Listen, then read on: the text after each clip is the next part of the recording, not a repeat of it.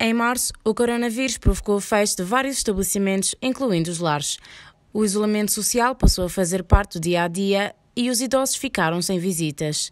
As repórteres Inês Silva e Mafalda Câmara foram ao Centro Social e Paroquial de Alhais, uma aldeia nos arredores de Viseu, para saber como foram estes tempos.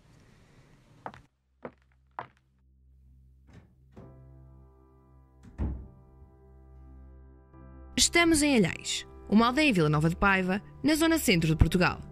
Aqui vive Atília Boça, de 83 anos, e Ana Aguiar, de 92. Atília está no Centro Social e Paroquial de Alhais há 1 ano e Ana há 4 anos. A chegada da Covid-19 deixou de lhes permitir visitas. Essa notícia chegou-lhes pela direção e a televisão e os jornais facilitaram o acompanhamento da pandemia. Atília diz que mesmo sem visitas nunca se sentiu sozinha. A gente aqui não está sozinha. A gente não está sozinha, porque eu para estar sozinha não vinha para aqui.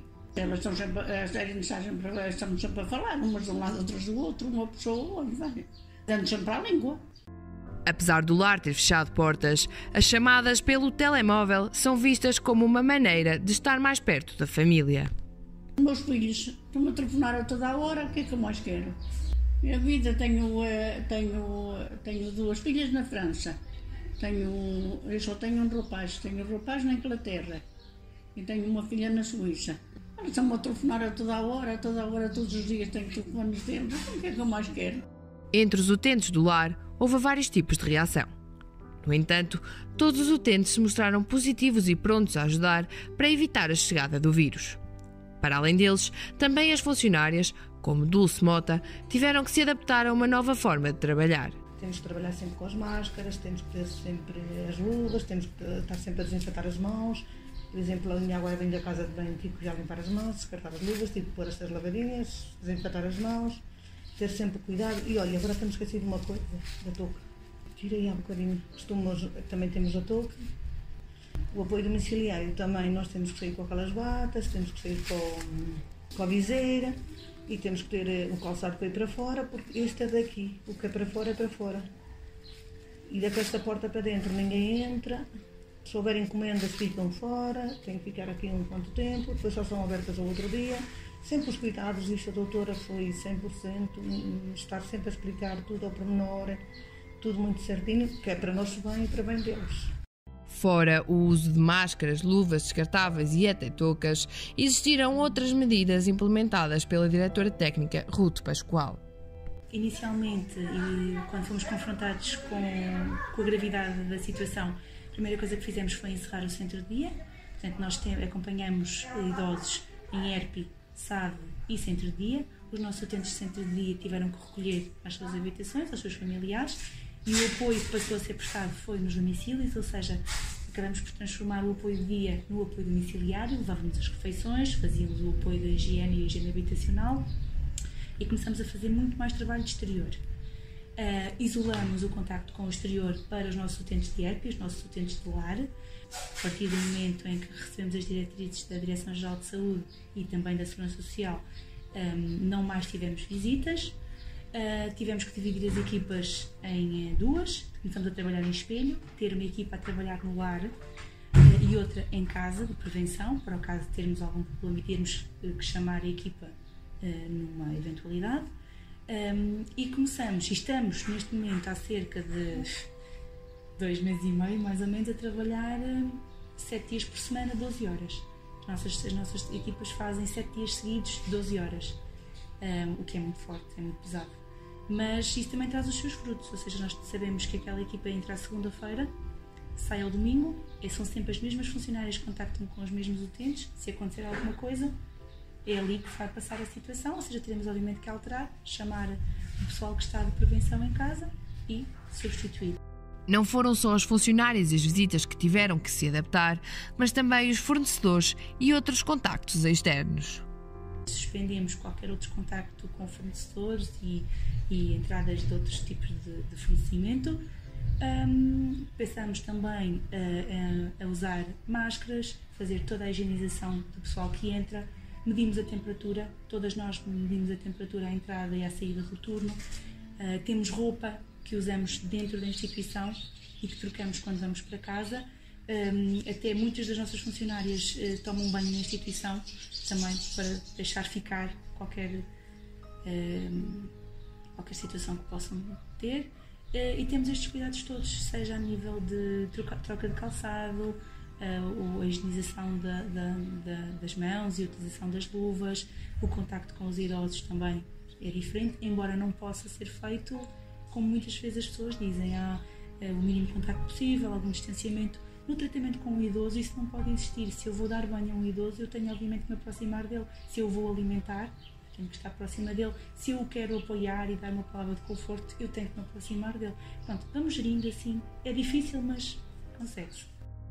Sem certezas do futuro, a diretora técnica Ruth Pascoal continua a mostrar preocupações. Ainda assim, acredita que as instalações e as equipas estão preparadas para qualquer cenário. Eu falo por mim, enquanto diretora técnica, eu tenho muitos receios. Claro que sim. Aliás, nós tivemos um período muito crítico e a ansiedade muitas vezes é um inimigo, não é? Provoca aqui sentimentos muito contraditórios e deixa-nos, às vezes, leva-nos às vezes a cometer ali algumas, não digo erros, mas escolhas menos boas. E se por um lado é muito importante nós termos familiares que venham ver os nossos idosos, a proximidade, por outro lado isso é um risco muito grande, não é? Porque nós para já temos um concelho onde não houve nenhum caso, ou pelo menos houve um caso que rapidamente se transformou numa situação sem perigo, mas nós não sabemos exatamente o que é que os familiares que vêm, e até os familiares que vêm do exterior, possam trazer. Claro que nós sabemos estes riscos todos, mas por outro lado sabemos que a vida tem que continuar, nós temos que retomar a normalidade da melhor maneira possível. Se tivermos que continuar a fazer este regime de visitas nestas condições, falo-emos, sem problema nenhum, até porque temos condições para o fazer. Relativamente ao resto, vamos ter que aprender a viver com isto. Nós não sabemos se vai melhorar, se não vai melhorar, se há ou não uma segunda vaga. O que eu acho que nós sabemos é que estamos cá, ao que for necessário, e isso é que é importante.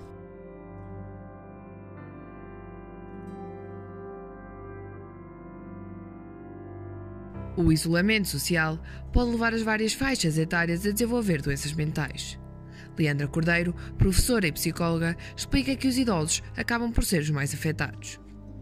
O tempo excepcional que vivemos com a quarentena e com o confinamento provocado pelo Covid acaba por trazer um impacto psicológico para todos, em qualquer faixa etária.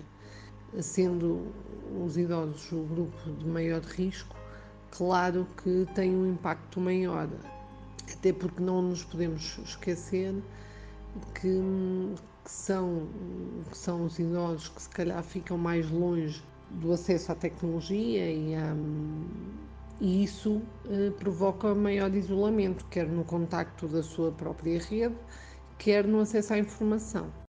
Os cuidados com os idosos, estejam eles em instituições ou não, são importantes para que mantenham a saúde mental. Isso exige medidas.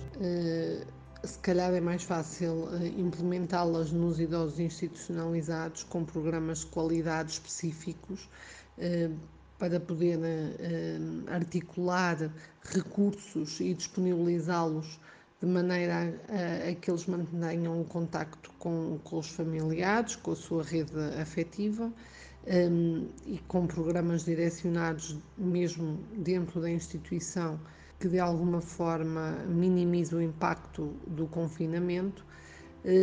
Os outros, aqueles que não estão institucionalizados, a verdade é que se calhar é importante manterem ainda algumas rotinas e perceberem normas de segurança para poderem encontrar um equilíbrio que os possa manter ativos.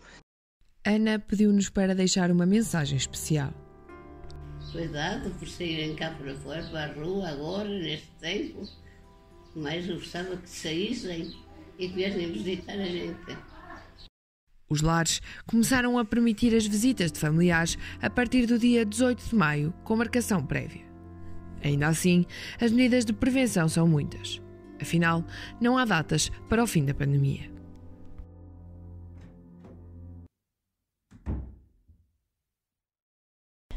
Os idosos são os que mais sofrem com o isolamento durante a pandemia. Lares, como o Centro Social e Paroquial de Alhais, tentaram manter a sua equipa junto dos idosos para combater a solidão. As datas para o alargamento de visitas a não familiares ainda não são conhecidas.